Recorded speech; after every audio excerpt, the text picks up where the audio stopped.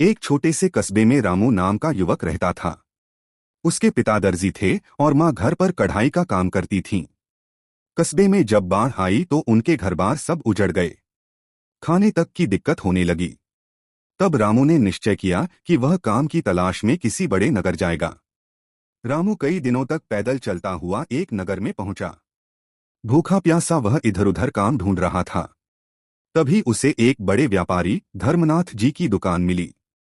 रामू बोला, सेठ जी, मैं बाहर से आया हूं। घरबार बाढ़ में डूब गया। मुझे कोई काम चाहिए, चाहे छोटा मोटा ही क्यों न हो। धर्मनाथ जी ने दया से उसकी हालत देखी और कहा, ठीक है, तुम मेरी गोदाम में रहकर माल ढोने और सफाई करने का काम कर सकते हो। महीने में 300 रुपए और 2 वक्त का खाना मिलेगा। रामू ने खुशी खुशी हाँ कर दी। वह दिन रात पूरी मेहनत और ईमानदारी से काम करता। गोदाम इतना साफ रहता कि सेठ जी भी हैरान हो जाते।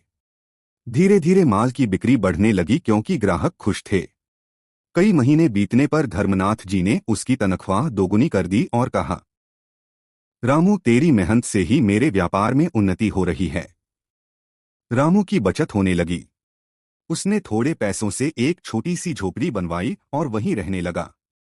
लेकिन नगर में चोरी की घटनाएं बहुत बढ़ रही थीं। रामू के पास अब लगभग 6,000 रुपए जमा हो गए थे। उसे चिंता सताने लगी कि कहीं चोर उसके पैसे न चुरा लें। वह सलाह लेने धर्मनाथ जी के पास गया। सेठ जी, क्या आप बता सकते हैं कि मेरे पैसे कहाँ सुरक्षित रहेंगे? धर्मनाथ जी ने कहा, अगर तुम चाहो तो नगर के महाजन कालूराम जी के पास रख दो। उनके घर पहरेदार रहते हैं और लोग कहते हैं कि वह बहुत ईमानदार हैं। रामू ने सोचा और उसी दिन अपने रुपए लेकर कालूराम महाजन के पास पहुंचा। महाजन जी, यह मेरी सारी मेहनत की कमाई है। बस कुछ दिनों के लिए आपके पास सुरक्षित रखना चाहता हूं। कालूराम ने मुस्कुराते हुए रुपए ले लिए और बोला, रामू, चिंता मत कर। तुम्हारा धन मेरे पास सबसे सुरक्षित रहेगा। रामू संतोष से चला गया। समय बीतता गया। रामू ने मन बनाया कि अब वह खुद का छोटा व्यवसाय शुरू करेगा। उसने सोचा अपने पैसे वापस लेकर थोक का सामान खरीदे और दुकान खोले। जब वह कालूराम महाजन के पास गया तो उन्होंने अनजान बनने का नाटक किया। अरे भाई, मैं तुम्हें जानता तक नहीं। कहाँ के पैसे? मेरे पास तो कोई हिसाब नहीं है। रामू गिड़गिड़ाया, महाजन जी, ये मेरी जिंदगी भर की कमाई है। कृपा करके लौटाइए। पर महाजन ने अपने गुर्गों से रामू की पिटाई करवाई और उसे भगा दिया।